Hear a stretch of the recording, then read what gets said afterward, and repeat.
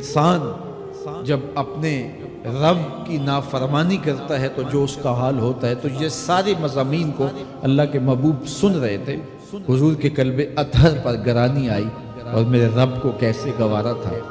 جو حضور سن رہے تھے جلدی جلدی اس کو زبان پہ لانا چاہ رہے تھے تاکہ وہ اچھی طرح ازبر ہو جائے، لیکن اللہ نے محبوب کی اس مشقت کو دیکھا تو فرمایا لا تحرک بہ لسانک لتعجل بہ، محبوب آپ اپنی زبان کو جنبش نہ دیں، آپ جلدی کرتے ہیں تاکہ وہ جو میں نے سنا ہے وہ میری زبان پہ آ جائے۔ ان علینا جمعہ و قرآن، یہ ہمارے اوپر ہے، ہم آپ کے دل میں جمع بھی کریں گے، جو آپ کو سکھایا ہے وہ آپ کو یاد بھی رہے گا، وہ آپ بھول نہیں سکیں۔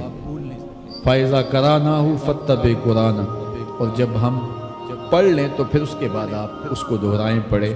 ثُمَّ إِنَّ عَلَيْنَا بَيَانًا، پھر اس کی تفصیل بھی ہمارے ذمہ ہے، اس کا بیان بھی ہمارے ذمہ ہے۔ اس سے وہ لوگ جو حجیت حدیث کا انکار کرتے ہیں اور پھر وہ کہتے ہیں کہ نہیں بس قرآن مجید کی آیات ہی ہیں، اس کے علاوہ اور کچھ نہیں ہے، وہ من اللہ نہیں ہے، تو یہاں غور کرنا ہے۔ ثم ان علینا بیانہ فرمایا گیا، پھر ہمارے اوپر ہے اس کا بیان جو آپ کو ہم القا کریں۔ اور آقا کریم نے فرمایا، سنن نسائی کی روایت ہے، انما اوتیت القرآن ومثلہ معہ، مجھے قرآن دیا گیا اور قرآن جتنے اور علوم بھی میرے سینے میں رکھے گئے۔ تو صرف قرآن ہی نہیں اتارا گیا حضور کے سینے میں، حضور کے سینے میں بہت کچھ نازل کیا۔ حضور کا سینہ گنجینہ ہے اسرار و معانی کا، اور اللہ تعالیٰ جل شانہ نے اپنے محبوب کو بہت کچھ عطا کیا۔ یہ بیان کرنے کے بعد فرمایا کلا بل تحبون العاجلہ وتذرون الآخرہ، اللہ اکبر، کوئی نہیں بلکہ یہ جو تم لوگ ہو اے کافرو، تم اس چیز کو پسند کرتے ہو جو بالکل نقد ہے، جو جلد ملنے والی ہے۔ دنیا کا سودا نقد ہے، دنیا کے نفع نقد ہیں، دنیا کی لذات نقد ہیں۔ شیطان کہتا ہے اب چوری کرو اب مال آئے گا، اب زنا کرو اب لذت ملے گی، اب ڈاکہ کرو اب امیر ہو جاؤ گا۔ تو دنیا کے سودے نقد ہیں اور آخرت کے وعدے ادھار ہیں۔ ارشاد فرمایا بل تحبون العاجلہ، تم دنیا کی جو عاجل چیزیں ہیں، جو بالکل نقد سودے ہیں، تم ان کے پیچھے پڑتے ہو، وَتَذَرُونَ الْآخِرَةَ، اور آخرت کو چھوڑتے ہو۔ دوسرے مقام پہ ارشاد فرمایا سورہ الاعلیٰ میں بل تؤثرون الحیاۃ الدنیا والآخرۃ خیر وابقیٰ، تم دنیا کی جیتی زندگی کو ترجیح دیتے ہو، حالانکہ آخرت بہتر بھی ہے اور دائمی بھی۔ میں آپ کی توجہ چاہوں گا، آخرت بہتر بھی ہے اور دائمی بھی، لیکن تمہاری ترجیح یہ دنیا ہے جس کی آخرت کے مقابلے میں کوئی حیثیت ہی نہیں ہے۔ حضور نے ارشاد فرمایا اگر کسی کو جنت میں ایک کوڑا رکھنے کی جگہ مل جائے، ایک ڈنڈا رکھنے کی جگہ مل جائے، دنیا و ما فیہا کی دولتوں سے وہ زیادہ قیمتی ہے۔ 7 براعظموں پہ پھیلی ہوئی کائنات، سمندروں کی تہوں میں قیمتی موتی، پہاڑوں کے دامن میں قیمتی معدنیات، مالیاتی اداروں کے پاس سرمائے، لوگوں کے پاس دولت کے انبار، یہ سارے اکٹھے کر لیے جائیں اور ان کی قیمت لگائی جائے، اور جنت میں ایک ڈنڈا رکھنے کی جگہ، ایک عصا رکھنے کی جگہ، ایک کوڑا رکھنے کی جگہ، وہ جگہ پھر بھی زیادہ قیمتی ہے۔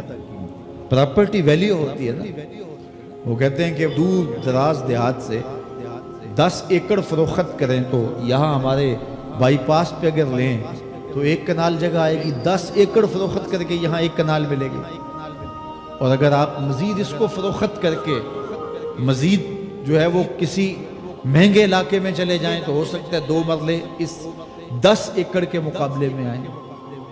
تو اس طرح مختلف جگہوں کی پراپرٹی ویلیو ہوتی ہے۔ اللہ کے محبوب جنت کی پراپرٹی ویلیو بتا رہے ہیں۔ 7 براعظموں پہ پھیلی ہوئی کائنات کو ایک پلڑے میں رکھے، پوری دنیا کے اندر جو سرمائے ہیں، جو ماضی میں سرمائے لوگوں نے خرچ کر لیے، جو حال میں موجود ہیں، جو آنے والے ادوار میں لوگوں کے پاس آئیں گے۔ قارون کا خزانہ اور سرمائے سارے اکٹھے کر کے ایک پلڑے میں رکھ دیں، جنت میں ایک عصا رکھنے کی جگہ پھر بھی زیادہ قیمتی ہے۔ تو پھر دنیا کی آخرت کے مقابلے میں قیمت کیا ہوئی؟ دنیا کی جنت کے مقابلے میں ویلیو کیا ہوئی؟ اور جنت میں سب سے کم جگہ کس کو ملے گی؟ جو سب سے آخر میں جائے گا۔ ظاہر ہے سب سے کم جگہ اسی کے پاس ہوگی جو سب سے آخر میں جہنم کے دھکے کھا کھا کے رگڑے سہ سہ کے پھر آخر میں جنت میں جائے گا۔ سب سے تھوڑی جگہ اس کے پاس ہے۔ حدیث پاک میں آتا ہے، بخاری میں آتا ہے، حضور نے ارشاد فرمایا کہ جب جہنم سے آخری جہنمی نکالا جائے گا تو اللہ تعالیٰ اسے پوچھے گا بتا تیری کوئی آرزو؟ تو وہ کہے گا مالک یہ آرزو ہے، یہ آرزو ہے، مختلف آرزویں بتائے گا۔ اللہ فرمائے گا لکا ما تمنیت، جو تو نے آرزو کی جا جا تجھے میں نے عطا کر دی۔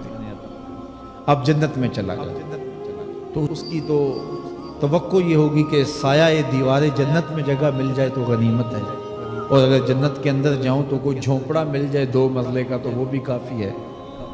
لیکن اللہ اسے کتنی جگہ دے گا؟ اللہ فرمائے گا جا جنت میں، تیرے لیے جنت میں دنیا سے 10 گنا جگہ ہے۔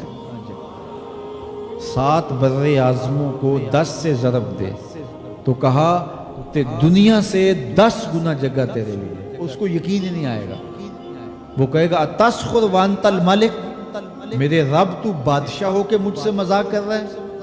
اللہ فرمائے گا نہیں، تیرے لیے 10 گنا جگہ ہے، اور اس کے لیے 10 گنا جگہ ہوگی جو سب سے آخر میں جنت میں جائے گا۔ میں آپ کی توجہ چاہوں گا، جو آخری جنتی ہے اس کے پاس کتنی جگہ ہوگی، کتنی پراپرٹی ہوگی؟ آج تو 2 10 20 50 مربع کسی کے پاس ہوں تو وہ اتراتا ہوا چلتا ہے کہ میں اتنا بڑا ذمہ دار ہوں۔ جنت میں آخری جنتی کی جگہ کتنی ہوگی؟ دنیا سے 10 گنا جگہ۔ تو داتا گنج بخش علی حجویری کی جاگیروں کا عالم کیا ہوگا؟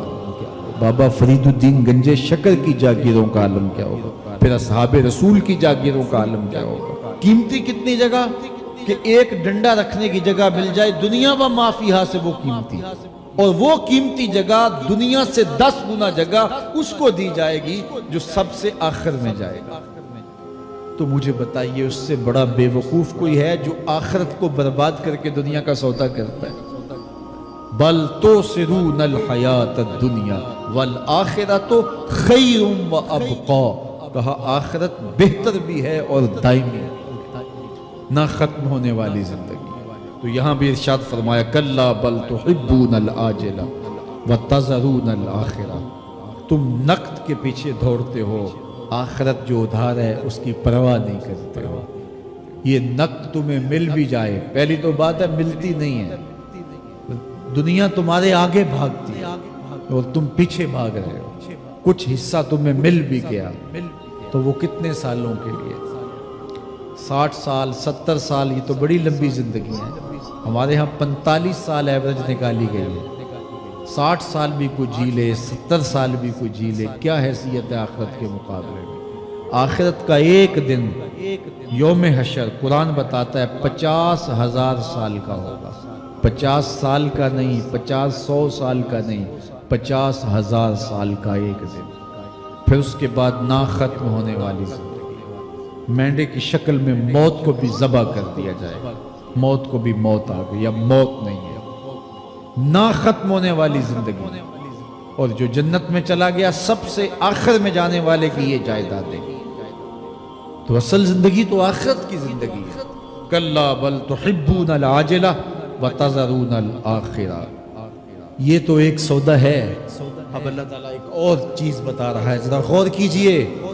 دنیا کی محبت دل میں ایسی پیدا ہو گئی کہ ہمیں سال کے بعد ماہ سیام میں مسجد میں آنا نصیب ہوتا ہے، اور ہم اپنی ہی دنیا میں مگن ہیں کہ یہی دنیا سب کچھ ہے۔ یہ کائنات بھی دیکھو، میرا رب بیان کر رہا ہے وجوہ یومئذ ناظرہ الی ربہا ناظرہ، وہ دن جب آئے گا تو جب بندے اس کے حضور حاضر ہوں گے جنہوں نے اپنی زندگی حزم و احتیاط سے گزاری ہوگی، رب کی اتباع میں، فرما برداری میں، اس کے حکموں کو پورے کرتے بسر کی ہوگی، پھر ان کو صلہ کیا ہوگا؟ اللہ فرمایا کچھ چہرے ہوں گے جو تر و تازہ ہوں گے، کھل کے گلاب ہو جائیں گے، چہرے منور اور تابہ ہوں گے. یہ اتنے کھلے کیوں ہوں گے؟ چہرے گلاب کیوں ہوں گے؟ الی ربہا ناظرہ، اس لیے کہ رب کا دیدار نصیب ہوگا. رب کا دیدار نصیب ہوگا تو چہرے کھل جائیں گے اور چہرے شگفتہ ہو جائیں گے، چہرے تر و تازہ ہو جائیں گے. یار کوئی پرانا دوست مل جائے اور آپ سخت صدمے کے ماحول میں ہوں، وہ اچانک اسے دیکھ لیں تو آپ کا چہرہ کھل جاتا ہے اور آپ کا چہرہ گلاب بن جاتا ہے، تو پھر کیا منظر ہوگا.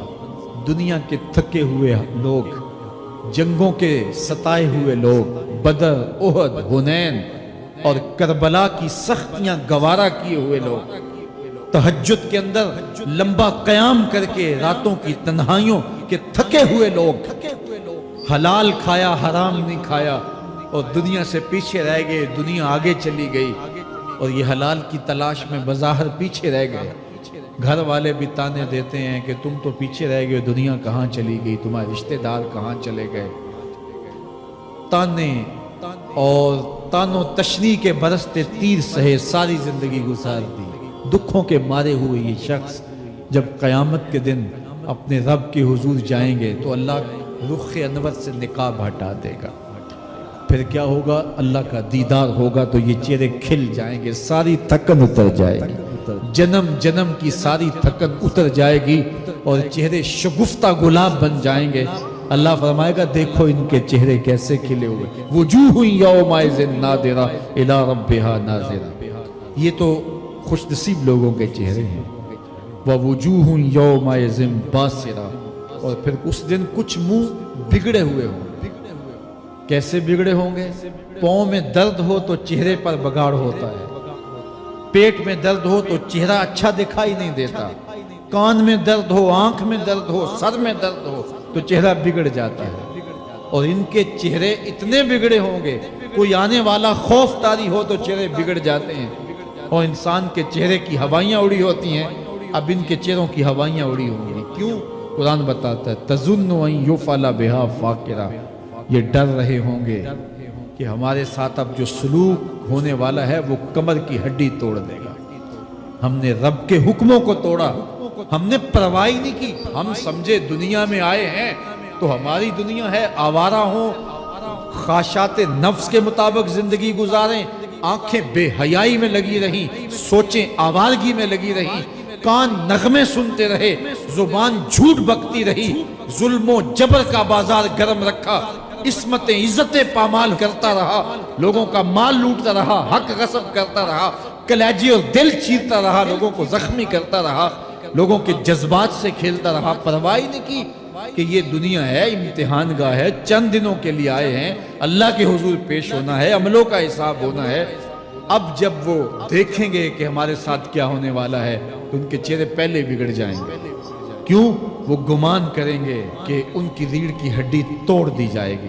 ایسے عذاب آئیں گے جس طرح کسی کی ریڑھ کی ہڈی ٹوٹ جائے تو اس کا چہرہ شگفتہ گلاب تو نہیں ہوتا، اس کا چہرہ جو ہے وہ تو کس قدر مرجھایا ہوا ہوتا ہے. تو اللہ ارشاد فرماتا ہے اس طرح ان کے چہرے ہوں گے. ابھی عذاب آیا نہیں ہے لیکن چہرے پہلے اترے ہوئے ہوں گے اور جب عذاب کی بھٹی میں ڈالے جائیں گے. اللہ اکبر. اور وہ سخت عذاب، حضور نے جبریل امین سے پوچھا مجھے جہنم کے عذابوں کا ذکر سناؤ. عرض کی حضور سب سے ہلکے عذاب کی کہانی سناتا ہوں، اور وہ یہ کہ جہنمی کے پاؤں میں آگ کا جوتا رکھا جائے گا، باقی پورا بدن اس کا سلامت ہوگا. یہ سب سے ہلکے عذاب کی کیفیت ہے. اب پاؤں میں آگ کا جوتا ہوگا، حدت، گرمی، شدت اتنی ہوگی کہ دماغ پگھل کے ناک اور کانوں کے راستے سے باہر آ جائے گا. پاؤں میں رکھے ہوئے جوتے کی گرمی دماغ کو ایسے چڑھے گی کہ وہ پگھل جائے گا اور ناک اور کانوں کے راستے سے باہر آ جائے گا. تو اللہ کے عذاب کے خوف سے چہرے بگڑ جائیں گے، حالت سلامت نہیں رہے گی. یہ بات ذہن میں رکھیں کہ اللہ جس کو جہنم میں ڈالے گا اس کو اس صورت میں نہیں ڈالے گا، یہ محمدی صورت ہے. یہ شکل اس کی چھین لی جائے گی اور اس کی شکل بڑی کر دی جائے گی. اس کا ایک ایک دانت احد پہاڑ جتنا ہوگا. احد پہاڑ کا پھیلاؤ 15 کلومیٹر پہ، 15 کلومیٹر کا ایک دانت اور 32 دانت کتنے ہوں گے تو منہ کتنا بڑا ہوگا. اس کو اتنا بڑا اس لیے کیا جائے گا تاکہ وہ عذاب کی تکلیف زیادہ سہے۔